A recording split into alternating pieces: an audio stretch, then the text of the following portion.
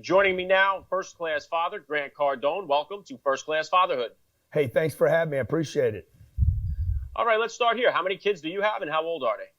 Well, I claim that I have two kids. I got a 9-year-old and a 7-year-old. I just spent some time with them right before I came over here today to my office and try to get them in the morning when they're fresh and happy and everything. So these are my first two kids. I didn't have my first children. I didn't have until I was 51.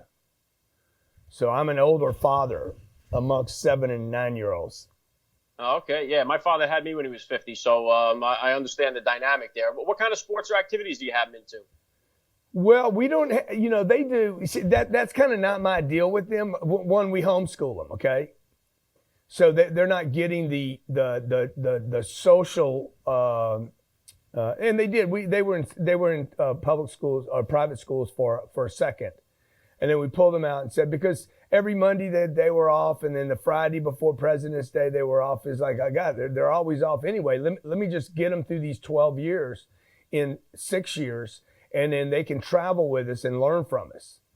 So whatever sports they want to do, though, they can do. They're both interested in music. One's like to sing, the other one wants to play the piano and the violin, and so whatever they want to do. So we'll support them in. Okay, very cool. All right, please, Grant, just take a second here just to hit my listeners with a little bit about your background and what you do. Well, I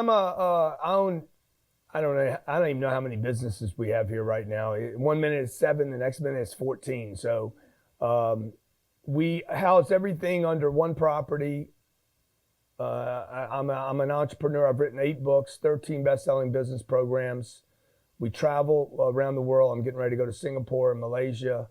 My kids and my wife are very much part of my life, not my business. My business is incorporated into my life. It's one of the ways I get so much done. I probably spend more time with my kids than 95% of parents because of the way I've arranged my life. I'm never more than 1 mile away from my house and never 1 mile away from my office. So the things that I do are very, very concise and kind of tight. And then when we travel, like I'll go to Singapore, Malaysia, Dubai, Hong Kong, probably Vietnam this year, maybe the Philippines, Australia, London, they're coming with me. And I refuse. I remember hearing, I think it was Jesse Itzler talk about he only had like 10 summers with his kids and he would count them down. I'm like, I don't want 10 summers. I want the winters. I want the falls. I want the springs. And so what my wife and I just talked about, what kind of life do we need to create? Not what kind of business. What kind of life do we need to create so that we can spend the time, during our lives, with our kids, with each other as partners, and then with our business. So yeah, and you said you became a father later in life. How did becoming a dad kind of change your perspective on life? Well, look, you can't even get prepared for it, right? I mean, it just changes you. It's just like, 1 minute I'm Mr. Hard Guy, and the next minute I'm like, it changed everything. Actually, becoming a parent taught me how to add time to my life. I hear a lot of parents talk about how they don't have time once they're a parent. Having Sabrina, the first one, because I was so committed to spending time with her in the morning. Like my wife, she was tired, right, at night because, with a new baby. So I would grab the baby, Sabrina, at 6, let Elena sleep into 7 or 8. And I would go hang out with this little 5-day-old kid, bringing him to the soup. I didn't know what to do, dude.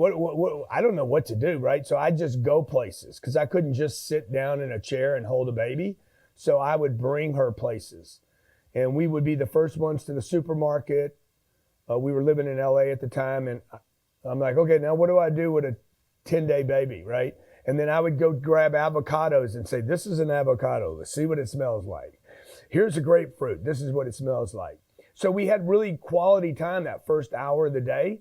And then I would come home, bring the baby back, get ready for work. I'd work out and get ready for work. And then I'd go off to the office and I wouldn't see them all day. Again, that was in LA. I was less than 1 mile from my office. So everything was tight. I wasn't spending time traveling, in a car, missing my kids. We just basically rearranged the life so we could have quality in our life. And that takes people making some changes and giving up some stuff. Yeah, definitely. Well said. And I interview a lot of Navy SEALs. I've had about 24 of them on the podcast. I just had another one on this morning. And one of their mottos is you got to get comfortable being uncomfortable. And I think for a lot of us, the first time that we have something like that is through fatherhood. I mean, it makes us all uncomfortable in the beginning, especially through our first introduction to changing diapers, being up all night. So I think it really, it impacts us. And even though there's been like billions of dads on the planet, until you experience it, you can't really understand it. So I think that's one of the greatest things about it. Yeah, no doubt. I mean, I think that's true probably with most everything until, everybody's looking for the great hack. But until you do something, it's not hacked.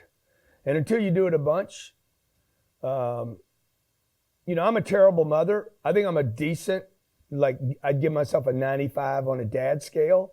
But if you scored me as a mother, I'm like I can't even get through the exam, right? Because I'm a terrible mother.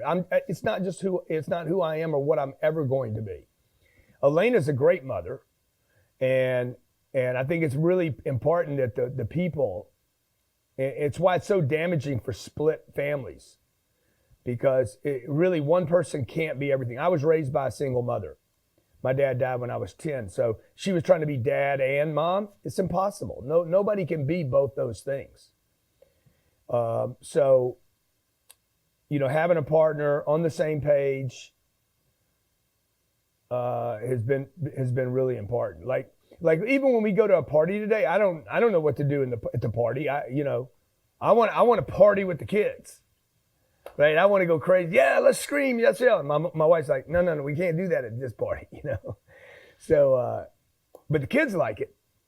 Yeah, I mean, we are facing a fatherless problem right now in the country, and it is true. I mean, we need somebody. Kids need, it takes a village to raise a child. They need to have somebody to nourish and to love them, and then somebody to fight, protect, and defend them. And I think that both of those dynamics, I mean, just to have at least a father figure, in the home is very important to a child's upbringing. Oh, my gosh. I mean, the statistics, if people look up, regardless, middle class, poverty, rich people, when the dad's vacant, you're talking about suicide rates almost triple.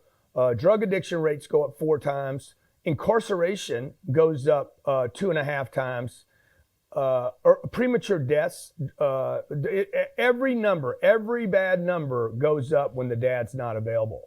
Yeah, it's 100%. I've had several law enforcement guys on the show here too, and that's what they're seeing on the street. The majority of the crimes that are being committed out there, drug use and all that stuff, that's coming from broken families and just single parent whole households, and no father figure in their life, and it's very tragic to see. Now, I know you said that you homeschool your kids. Right now, one of the difficult things for a lot of dads, myself included, I'm about to have a teen. I have 4 kids. My oldest is going to be 13 next month, so we're bracing for impact on that one. But one of the challenges is the social media, the technology, the Fortnite, and all that stuff. So do you keep your kids away from that, or how do you handle the technology with your kids? Well, I don't keep them away from it. I think the issue is going to be what am I going to do with them other than that?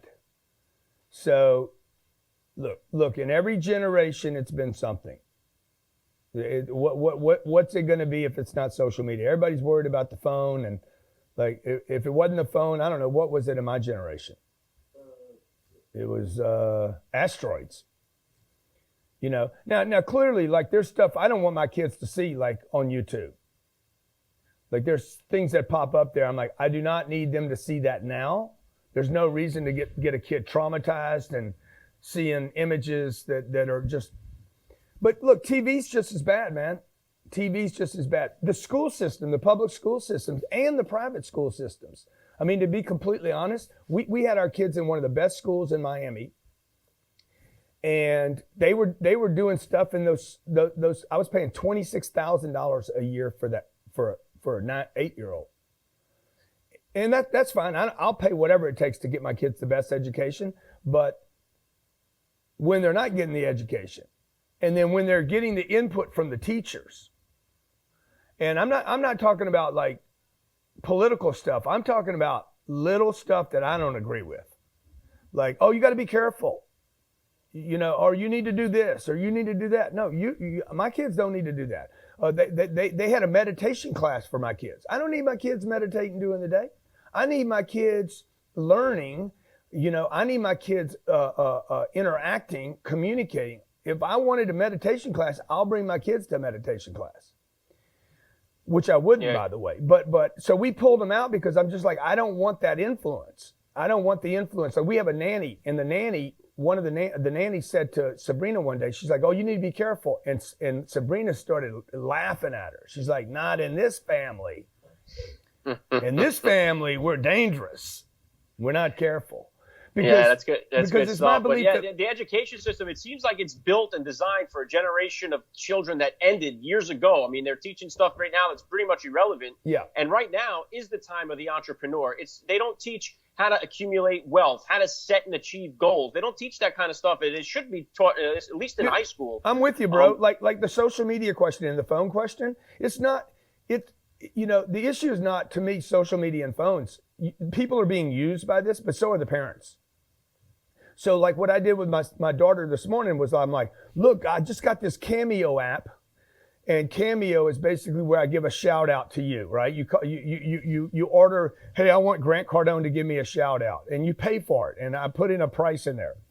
So I'm showing Sabrina how to make money using social media, how to be a business person, how to manage finances rather than being used by it and being a spectator. And then it's going to be up to her whether she makes that decision or not.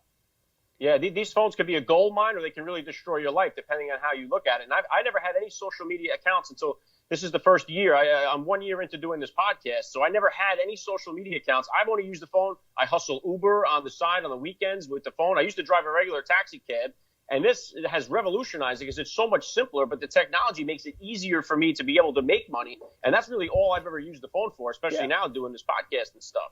Yeah, well, that's just a responsibility point, right? Because you're not going to keep, you're just responsible. And you're not going to keep kids off of YouTube or social media or Instagram. It's just any parent that tries to do that. I think the highest teenage pregnancy in the country is in Utah. It's where they don't talk about sex. What you don't talk about. I know in my generation, dude, if you keep telling me drugs are going to kill me, drugs are going to kill me, and drugs are bad, and drugs are, don't use drugs, dude, sooner or later, man, I'm going to use the drugs. Same thing with the alcohol. So what you won't talk about and what you want to lock up and tell me not to touch, not to use, I'm going to be inclined to be curious about it. So, yeah, and the other thing about the social media, man, look, the parents are to blame because we're lazy. I raised my hand as a lazy parent. 7 o'clock at night, I've had it all day. I'm like, I know the kids have been watching TV for an hour, and rather than going out and getting on my bicycle and riding a bike with them, you can't ride a bike and do Facebook at the same time. So rather than doing that, I'm like, hey, let's just let them watch another hour, and then I can watch billions. So it's really about lazy and responsibility for me. Yeah, you're right about that, and I don't judge other parents either because I know how addicting and how hard it is sometimes, especially when you have several kids and you're trying to get something done, whether that's dinner, a meeting, something, and the child is, you can give them the phone, put on a show, and bang, they're out of the way for a little while. And it's hard to judge parents because it gives a quick fix to that. We have the tools today to use that. I try when I do it, at least to make it something educational that they can be watching and at least maybe get some type of entertainment out of it that's not poisoning their mind. Because like you said, I'm afraid of the things that pop up. And now, like I said, I'm about to have a teenager. Yeah. And it's the act.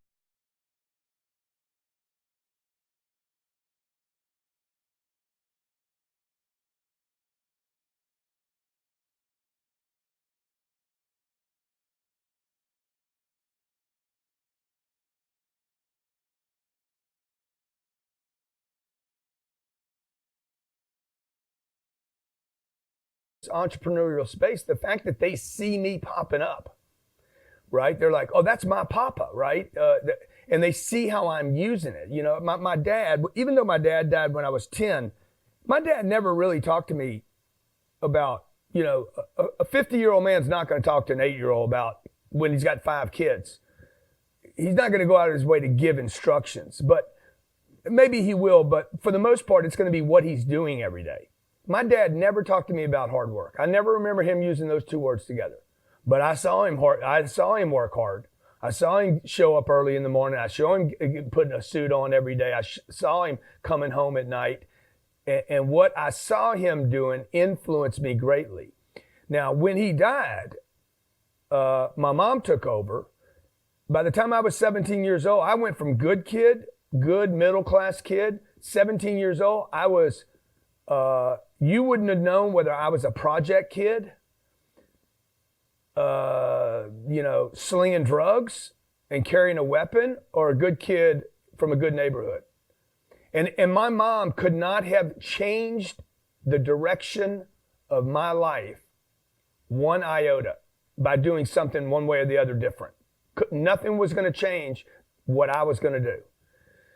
So, the parent can only do the deal, can only influence the past so much. At some point, I think it's like, it's up to the kid to experiment with some of this stuff and decide what is right and what is wrong with them. That's where the ethics and the individual ethics, not my ethics on them.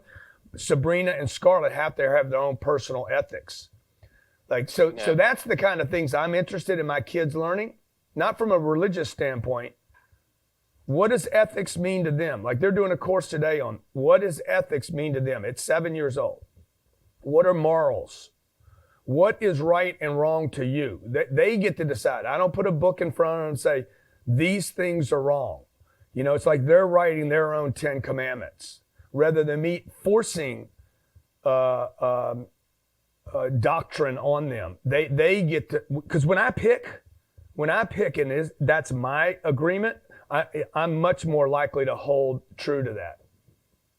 Yeah, well said. That's good stuff there, too. And now, listen, you've built a real estate empire here, and a lot of dads, one of the things is a lot of them are stuck in jobs that they hate. They fell into this trap, and now they're in the middle of it, and they have a family. So they would love to do something entrepreneurial, maybe get into real estate, but they feel like they're afraid if they fail, they're going to let down their family. So what advice do you have for that dad out there that's stuck in a job that he hates, and he would love to sidestep and get into real estate? Yeah, look, the reason I'm in real estate today is because it is probably simply the only vehicle that I trust to take care of my family long term. It's because my dad died at 52 at a young age.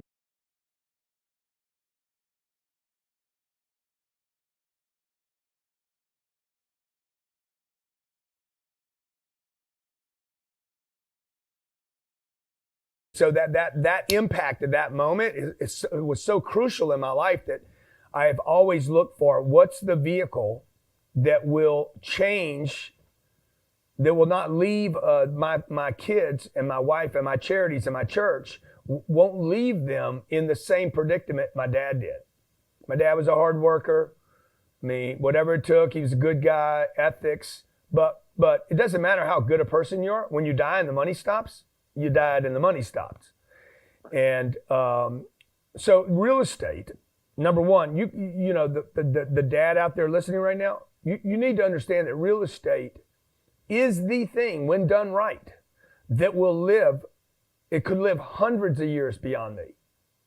My first deal was a single unit deal. I wouldn't do that again. I would advise everybody not to do one unit. My next deal was 32 units. Those 32 units by themselves, that one deal, the time it took to buy one single deal, those 32 units, literally, if I owned them, I bought those, 25 years ago. I don't own them anymore. But if I'd have just kept those 32 units and given them to my wife and my kids, they could probably live forever on those 32 units. Wow. It might be a bit of an exaggeration, but certainly 5,000 of them they can live on, which is what we have now. Yeah. Wow. Yeah. It's incredible what you've done. Yeah. Well, thank you. But what I would tell you, Alec, about how to make the jump, don't make the jump. You're a fireman. Okay. It's not about making the jump. I didn't make a jump. What I did was while I was doing my main job, on the weekends and at night, all I would do, I wasn't shopping Bitcoin. I wasn't researching stocks. You got to decide what you're not going to do because you can't do everything. So all I did was look at real estate. In my free time, I worked hard, built value with my customers, exchanged with whoever was paying me in abundance, to be valuable so I don't lose that income stream. And the next thing I did was every free moment, I shopped real estate, looked at it, learned about it. And then any free money I had was being stored, accumulated, so that one day I could buy a deal. It's kind of like Jim Rohn used to say, work part-time at your job or work full-time at your job and then part-time on your fortune. So something like that. This way you build it up over time. How about discipline, Grant? What type of disciplinarian are you as a father? I have never hit my kids. I've never whipped them, and I don't threaten them.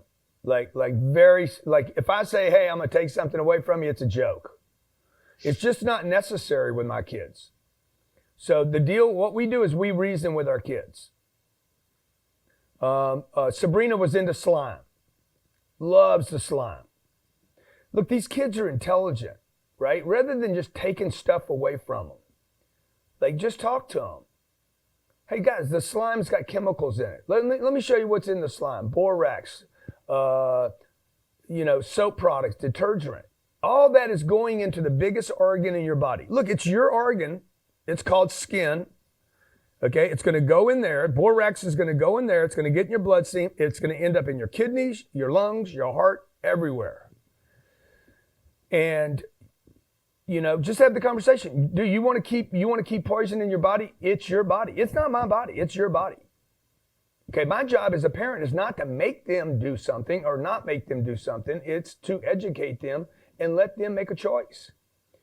And sure enough, I said, hey, you do whatever you want with slime. She was junked out on slime, dude. She was like Snoop on Kush. Okay?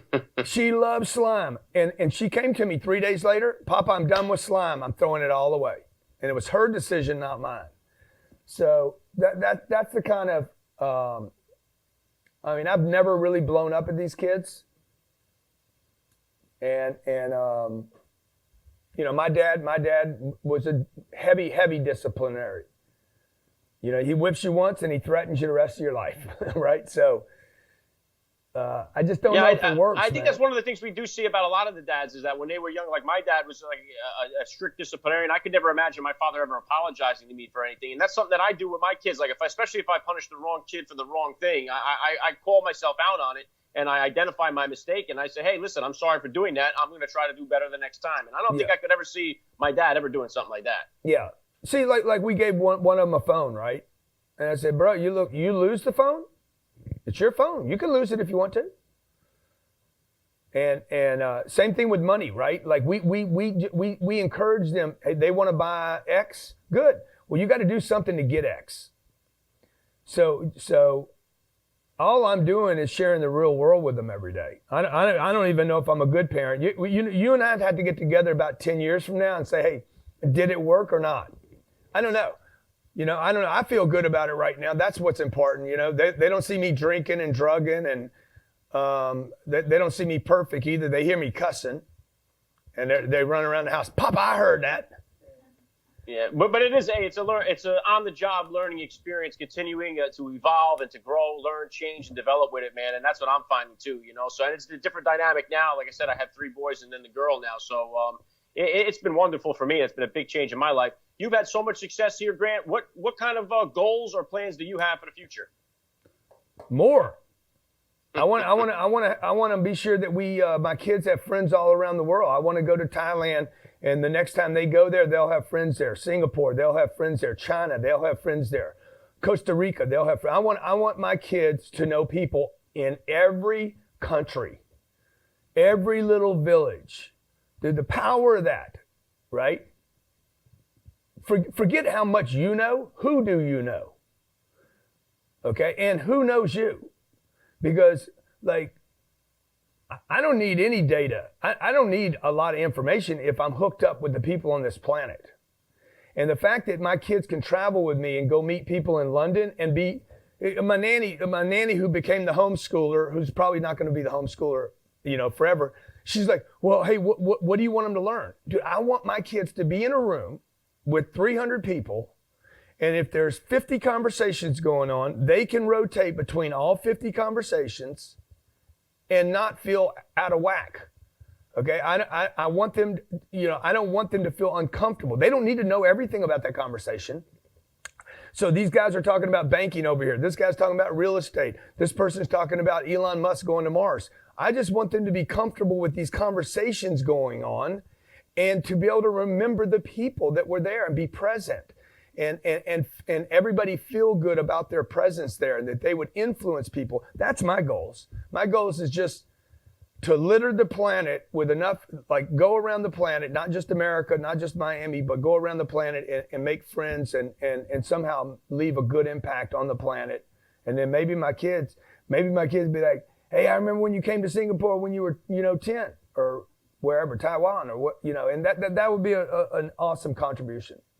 Yeah, that's incredible, Grant. Yeah, and definitely the communication skills are starting to break down, and that ability to, individually think for yourself. Some of that, because of the technology, is starting to hinder this younger generation just a bit. So yeah, my 7-year-old this morning, because I was showing him a map of Malaysia where we're going to be going in May, and my 7-year-old's like, "Oh, I'm scared." I said, "What are you scared about?" She's like, "I'm scared our Chinese isn't good enough yet," because they've been learning Chinese on Saturdays.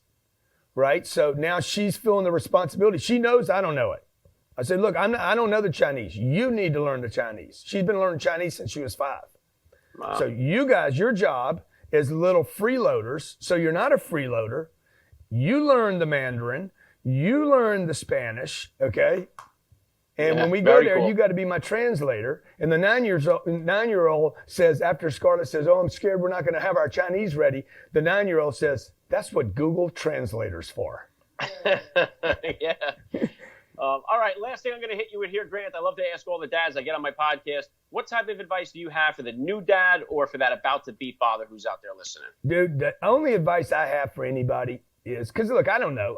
All I know is what works for me, right? Only advice I have for anybody is be the best person you can be. Forget being a great dad. If you're not a great person, you can't be a great dad.